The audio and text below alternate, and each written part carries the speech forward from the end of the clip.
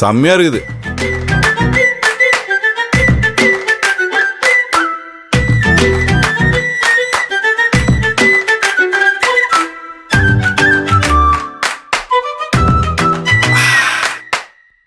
Sir, இந்த ஏற்காடு குளிருக்கு ஏலக்காய் போட்டு இப்படி சுட சுட டீ குடிக்கிறது இருக்குது, இதமா இன்பமா இருக்குது.